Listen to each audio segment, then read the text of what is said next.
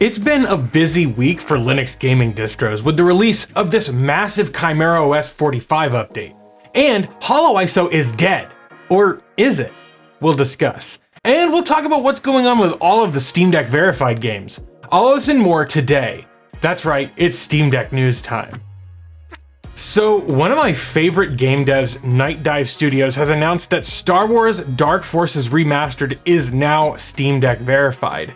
I've actually been playing through Dark Forces using a community build of the game thanks to Luxterpeta, and I've been having a blast with it, honestly. Star Wars Dark Forces is one of my all-time favorite DOS games, so I'm really excited to see what Night Dive delivers with their remaster. The game's scheduled for release on February 28th, so make sure you get it on your wishlist soon.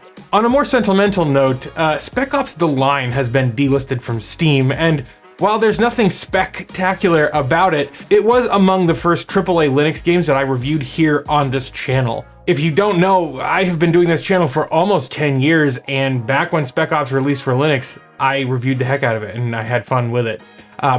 You can see that old video if you want, it's up here, but I don't know if I recommend checking it out. It's sad to see that the licensing rights for the music in the game is the reason that the title was delisted.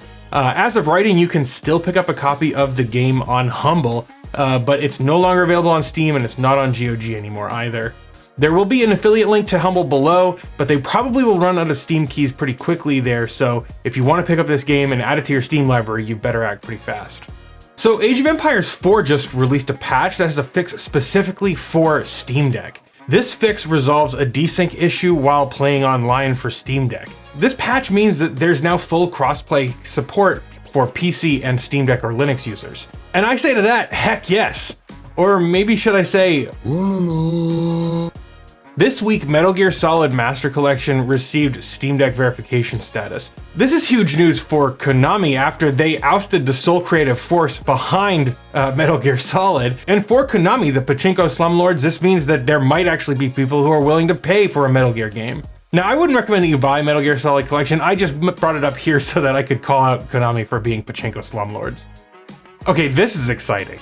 Godot 4.3 is going to bring native Wayland support to the powerful open source video game engine. Godot developer Rytio got their patch accepted into Godot, and this means that with version 4.3 slated for release later this year, Godot games will be able to take advantage of Wayland's powerful features. It also means that Godot won't have to depend on X-Wayland anymore, which has its own set of issues. Alright, let's get to the big news stories this week. HoloISO, as we know it, is dead. But it's not gone. The maintainers of this SteamOS-like distro have announced that the existing HoloISO repository is now archived. Further development of their team is now going to be focused on their new immutable incarnation of HoloISO. Now, immutable operating systems is a newer, more secure way of installing an OS, and I've got to say that I'm actually kind of a huge fan. Immutable operating systems are great, especially for dedicated appliance-like deployments, and gaming would be one such application. Now, what does this mean for existing HoloISO users? Well, as of HoloISO version 1.1, they created a migration path from the old non-immutable OS installations. This means that anyone who's currently running HoloISO can easily upgrade. Now, HoloISO is one of the most popular SteamOS alternatives, and it's great to see them continuing on, even if it's in a different form factor. And I have to say, I'm excited about the future of HoloISO. Let me know your thoughts down in the comments below. And while you're down there, why not like that smash button? It's the best way to tell YouTube you want to see more videos just like this.